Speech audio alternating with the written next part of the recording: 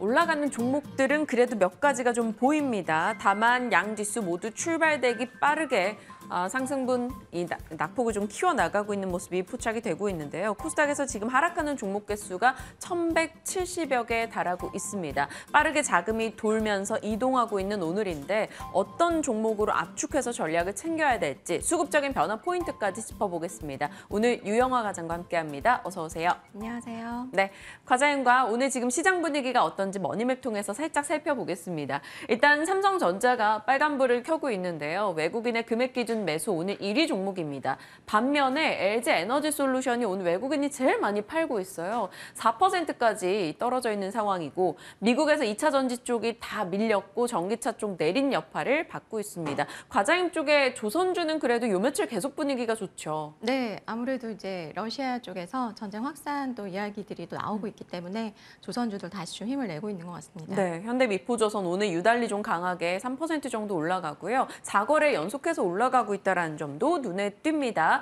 전반적인 시장 분위기 살짝 짚어봤고요. 이제 시장과 종목에 대한 이야기들 고민을 과장님과 같이 나눠보도록 하겠습니다. 우스갯소리로 어제 어떤 지인분이 우리가 모두 이 제롬 파월의 똥강아지도 아니고 제롬 파월 의장 때문에 잠도 못 자고 이렇게 살아야 되나 뭐 이런 얘기들을 하더라고요. 그만큼 사실 FOMC 때문에 한 주 피로도를 많이들 느끼셨을 것 같은데요. 어찌됐건 뭐든지 지금은 뭐 이벤트 지나고 시장 분위기가 안 좋아요. 이 추세를 되돌리려면 도대체 무슨 일이 있어야 되는 걸까요? 일단 어제 아마 하루 종일 제롬 파월 의장 이야기 들으셨을 거기 때문에 저 뭐 길게 말씀은 안 드릴 건데 저는 오히려 시장이 좀 가격을 이미 반영을 많이 하고 있다라고 생각을 하고요. 물론 이제 시장 연말까지는 보수적으로 봐야 하긴 하지만 지금 저희는 빠르게 또 지수 이런 부분에 있어서는 가격을 많이 반영하고 있다고 보고 있고 또 어제의 그 제롬 파월 의장의 결단은 저는 끈적끈적한 물가 쉽게 떨어지지 않겠구나. 내가 더 이상은 물가에 끌려다니지 않겠다라는 강력한 의지를 보여준 거라고 생각을 해서 그럼 시장은 결국에는 이제 지켜볼 거거든요. 이거 CPI 어떻게 되는지 지켜볼 텐데 시장 컨센은 7자를 보고 싶어 할 것 같아요. 근데 아마도 7자가 나올지 안 나올지는 이제 10월 13일 날 가봐야 될 것 같고요. 그때까지는 시장 계속 경계감은 이어갈 것 같습니다. 하지만 너무 안 좋은 이야기들만 하셔서 저는 오히려 조금 기대 요인들도 한번 체크를 해볼 필요가 있지 않을까. 그래서 가지고 나왔고요. 반전의 조건. 네, 시장이 지금 뭐 추세 하락 속에 있지만 어쨌든 시장을 좀 뭔가 베어마켓 랠리라도 뭔가 돌려세울 만한 어떤 좀 시기적인 어떤 요소들 그런 부분들 체크를 해보려고 하는데 과거에서 우리가 이제 한번 기회를 찾아봐야 될 것 같은데요. 올해는 이제 지금 그 전 세계 사람들이 다 그 금리 인상이라는 이슈에 주목을 하고 있는데 이 이슈에는 별로 신경을 안 쓰시는 것 같아요. 연준이 물가를 이렇게 강력하게 잡으려고 하는 데에는 물론 본인들의 KPI가 물가를 잡는 거기도 하지만 네. 11월 중간 선거가 있는데요. 소비가 높은 국가이기 때문에 이 소비력이 결국에 물가가 높으면 죽을 수밖에 없잖아요. 그럼 경기가 다시 좀 빨리 회복이 되려면 결국에 이제 물가를 잡아야 되기 때문에 이 11월 중간 선거 상당히 중요합니다. 그래서 11월 중간 선거 참패를 막기 위해서 저는 강력하게 금리 인상하고 있다라고 보여지는데 제가 이제 데이터를 갖고 온 게 중간 선거 역대 그 미국에서 치러진 연도와 치러지지 않은 연도 를 비교해서 갖고 온 거고 지난 아래쪽에 이렇게 박스권에 갇혀 있는 이 흐름이 중간 선거가 있었던 연도예요. 하반기 11월, 12월에 이 중간 선거를 지나고 확 좋아지는 거죠? 그렇죠. 그러니까 이게 왜 그러냐? 주식시장에서 제일 싫어하는 게 아시겠지만 불확실성이죠. 불확실성이 정당 간에 계속 이제 지지부진하면서 있기 때문에 중간 선거가 있는 연도는 딱 11월까지는 시장이 박스권에 갇혀 있다. 이게 1930년도부터 데이터 통계낸 거거든요. 네. 그러니까 그래도 신뢰할 수 있을 만한 데이터라고 보고 있고 선거가 없는 연도 이렇게 긍정적인 흐름을 보여주고 있어요. 그래서 제가 볼 때는 그럼 중요한 포인트는 그럼 이렇게 박스권에 갇혀있던 주가가 중간 선거 끝나면 어떻게 돼? 이런 거 궁금하실 수 있잖아요. 좀 확 수치로 개선된 걸 볼 수 있을까요? 네, 그래서 그것도 제가 차트를 가지고 나왔는데 통계적으로 중간 선거 이후에 그러니까 나머지 달 동안 수익률이 평균 15%였어요. 꽤 많이 올랐거든요. 그러니까 이거는 쉽게 말해서 스프링 효과라고 저는 보는데 우리가 튀어오르려는 스프링을 손으로의 힘으로 압력을 줘서 꽉 누르면은 못 튀어오르잖아요. 네. 그러다가 손을 탁 치면 어떻게 되죠? 팡 튀어오르잖아요. 그러니까 모든 호재나 긍정적인 요소들을 반영을 못하다가 한꺼번에 짧은 시간 동안 반영을 하니까 중간 선거 끝나고는 좀 반등이 있어 왔다는 거죠. 그런 부분들을 봤을 때는 저는 뭐 일단 중간 선거 이후에 한번 조금 반전의 포인트 기다려볼 수도 있지 않을까 싶네요. 네. 사실 뭐 어떤 분들은 11월 언제 기다려 하실 수도 있어요. 성격 급한 네. 분들은. 근데 뭐 저희도 눈 감고 떴다가 보면 9월이고 10월이고 이러니까 네. 금방 또 올 겁니다. 스프링 효과라도 저희는 기대를 하겠다라는 건데 뭐 단순 반전의 조건이 그것만 있을 건 아닐 것 같아요. 그로 인해서 또 뭐가 있어야 될까요? 네, 일단은 크게 봐서는 이제 시기적으로는 그때를 말씀을 드리고 싶고요. 두 번째로는 최근에 뭐 코스닥 지수 가만히 생각해 보시면은 작년 9월부터 계속 빠지기만 했어요. 추세적인 하락세에 있지만 중간중간에 종목 장세도 활용했고 또 베어마켓 랠리도 있었습니다. 그러면 베어마켓 랠리가 시작되는 시점이 도대체 언제냐 그걸 좀 생각을 해봐야 될 것 같은데 제가 표를 하나 가지고 왔어요. 이게 이제 그 외국인이 주가 조정을 이제 과하게 받은 상황에서 바닥 부근에서 순매수한 금액을 제가 체크를 다 한 겁니다. 네, 그래서 제가 지금 음영으로 색칠을 한 거는 급격하게 하락한 구간이고요. 네. 저 바닥에서 항상 외국인은 코스닥에서 순매수 2천억 이상을 해왔거든요. 코스닥에서 2천억 이상. 그렇죠. 네. 이번에 시장이 거의 그 바닥을 찍은 6월 24일에도 코스닥에서 외국인은 3,800억을 매수를 했는데요. 네. 최근 데이터 제가 봐서는 거의 어김없이 이 데이터는 맞아왔기 때문에 그러면은 이것도 또 궁금하실 것 같아요. 그럼 외국인이 코스닥 지수를 코스닥의 시장에서 2천억 이상 매수를 하려면 어떤 조건이 필요해? 라는 생각이 있으실 네. 수 있잖아요. 시장의 플레이어 중에서 신용 레버리지 쓰는 사람은 개인 투자자밖에 없잖아요. 결국에는 이제 이렇게 하락을 하게 되면 이 바닥을 만들기를 외국인은 기다리고 있고요.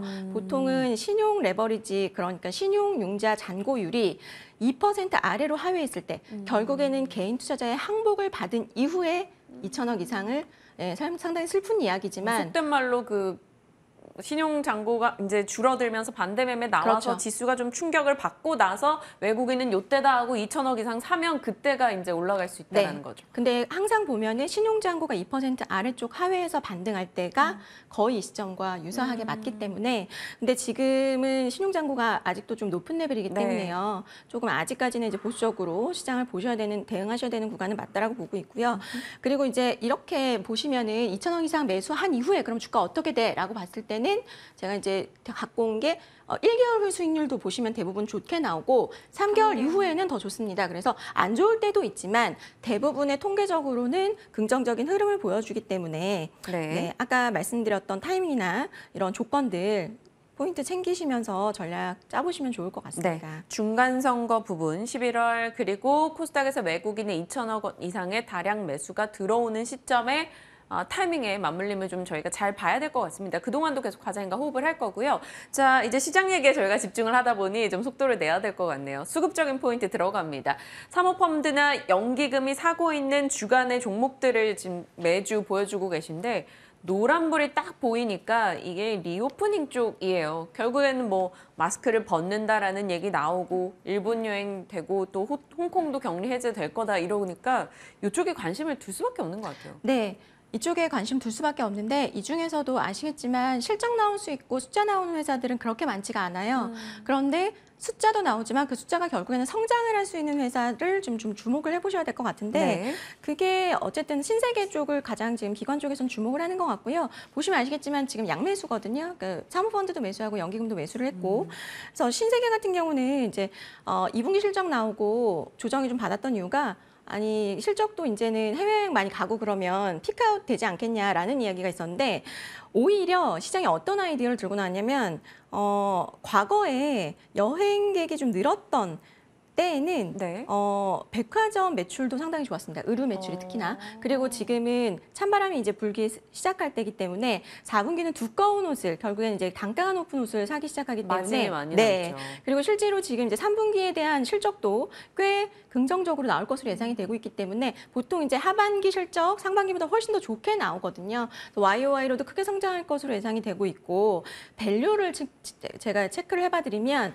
지금 현재 2023년으로 봤을 봤을 때 신세계 밸류에이션 퍼 5배밖에 안 되는데 이게 어떤 수준이냐? 과거에 사드 때 상당히 이제 충격이 있었는데도 불구하고 그때도 7.6배 정도 됐었거든요.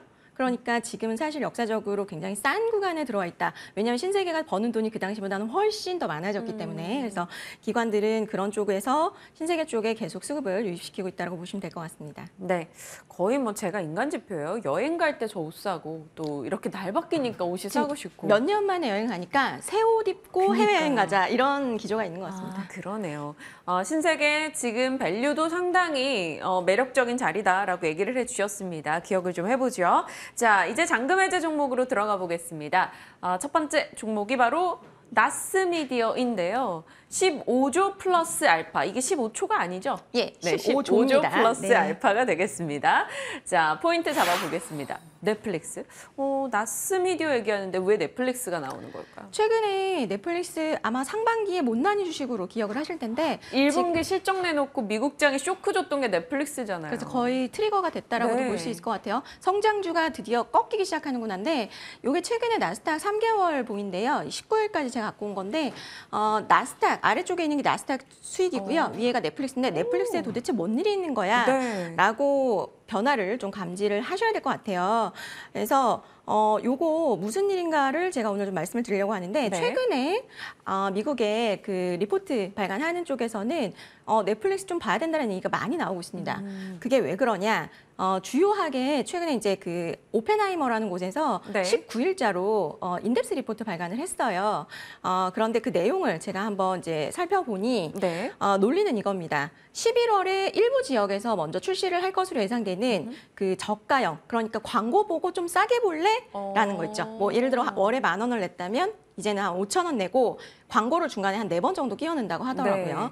그러면 넷플릭스 측면에서는 이 광고 수입도 받고 그렇죠. 네, 그렇게 되기 때문에 좀 긍정적인 효과가 될 수 있고 또 넷플릭스의 주가는 이익도 중요하지만 실제로 그 가입자 순증이 줄어든 게 결국에는 이제 주가 하락의 요인이었는데 이 요금 때문에 꽤나 이탈한 사람들이 많았잖아요. 그렇죠. 그리고 이제 뭐 볼 거 다 봤다 그런 것도 있었고 그리고 이제 OTT가 많아지니까 이거 끊고 다른 것도 보고 약간 그런 게 있었는데 여기 논리는 그거예요. 이 저가형 구독 모델이 나올 경우 2023년부터 이 가입자 순증이 증가할 것으로 턴어라운드 할 것으로 예상을 하는 거고요.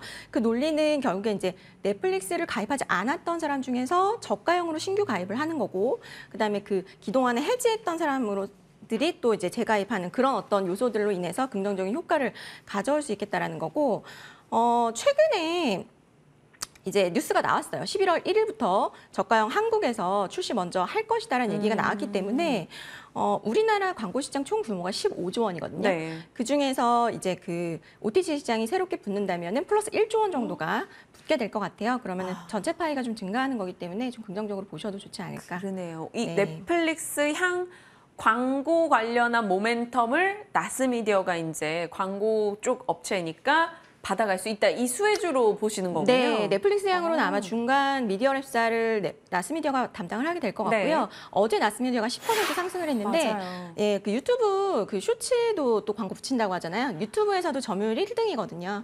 그러니까 아무래도 가장 수혜를 좀 많이 볼 수 있지 않을까 보고 있습니다. 지금 뭐 수급적인 포인트들은 어때요? 이미 이런 걸 알고 수급적인 유입이 있었을까요? 예, 그럼요. 그 수급은 이모 3펀드가 냄새를 맡고 꽤 지금 매집을 하고 있는 상황이고요. 근데 원래 워낙 밸류에이션 지금 낮은 상황이기 때문에 좀 더 긍정적으로 보셔도 좋을 것 같습니다. 네, 좋습니다.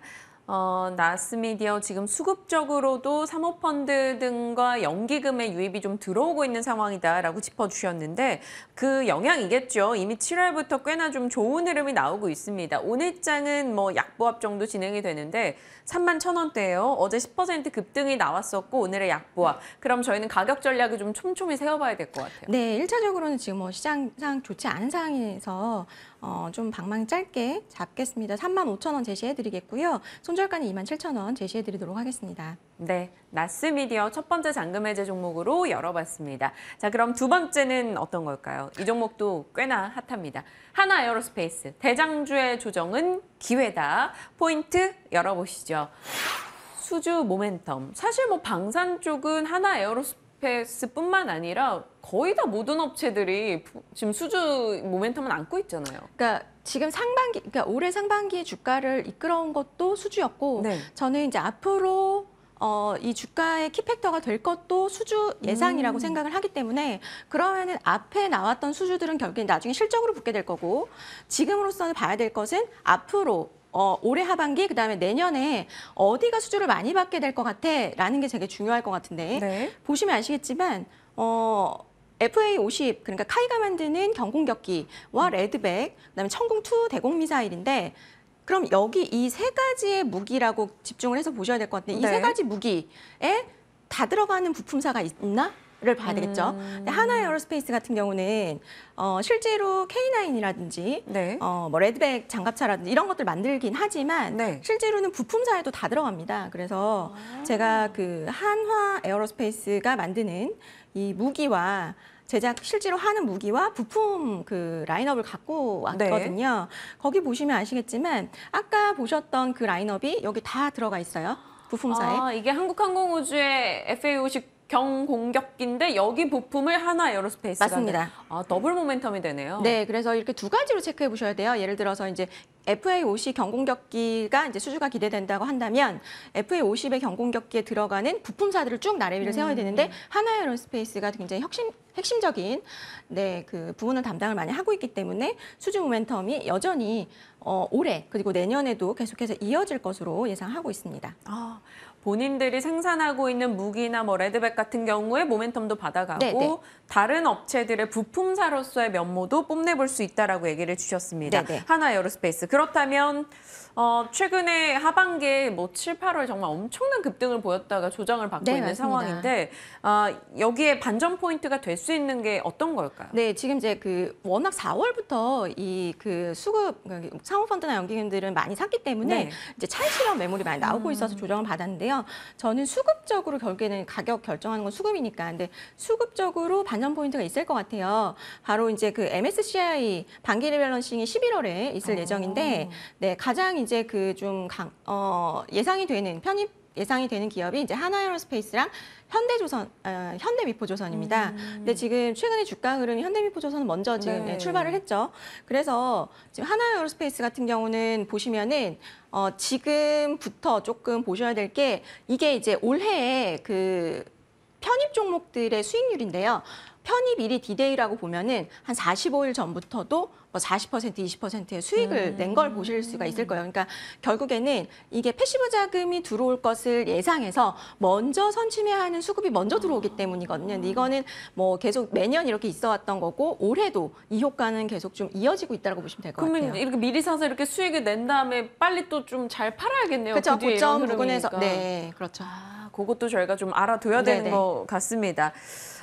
지금 하나 쪽 생각하면 얼마 전이었지 않나요? 하나의 방산 쪽 다 헤쳐 모여 이래 산데 네. 모았었는데 네네. 그것도 좀 시너지가 날까요? 네, 그거는 사실은 가장 이제 중요한 게 아무래도 하나 디펜스가 잘 사려 있다가 그게 잘 사려 있으니까 아무래도 수주받아도 별로 에어로스페이스 쪽으로는 그 모멘텀이 없었거든요, 가격적인. 네. 근데 지금으로서는 이제 완전 편입을 했기 때문에 그 디펜스의 수주도 주가에 영향을 미치고 에어로스페이스의 수주도 주가에 영향을 미치기 때문에 제가 볼 때는 좀 긍정적이고 일단은 뭐 밸류에이션이 워낙 쌉니다. 여전히 싸고요. 영업이익이 내년에 4,300억 예상을 하고 있고 그 수주가 다 포함되지 않은 네. 상황이기 때문에 아직 제가 볼 때는 지금 2분기 실적으로 8배 정도 되거든요. 그러면은 내년 기준으로 한 10배 보면 아직까지 업사이드 전 좀 충분하다고 보고 있습니다. 지금 아직도 쌉니다라고 표현을 해주셨어요. 그러면서 밸류에이션 비교를 해주신 거고 갖고 올 모멘텀이 아직 많이 남아있다라는 건데 오늘 76,400원 진행이 됩니다. 오늘 하락권에서 지금 방향 살짝 돌리고 있어요. 목표는 어느 정도일까요? 네, 1차 목표는 89,000원 제시해드리도록 하겠고요. 손절가는 67,000원 제시해드리도록 하겠습니다. 높게 잡아주셨어요. 89,000원의 목표 라인 저희 기억해 보겠습니다. 오늘 나스미디어 그리고 하나 에어로스페이스 두 종목 많은 분들이 궁금해하셨을 것 같은데 자세하게 풀어주셨습니다. 유튜브로 다시 보기 한 번 더 체크하시길 바랄게요. 자, 오늘 유영화 과장님과 전략 챙겼습니다. 고맙습니다. 네, 감사합니다.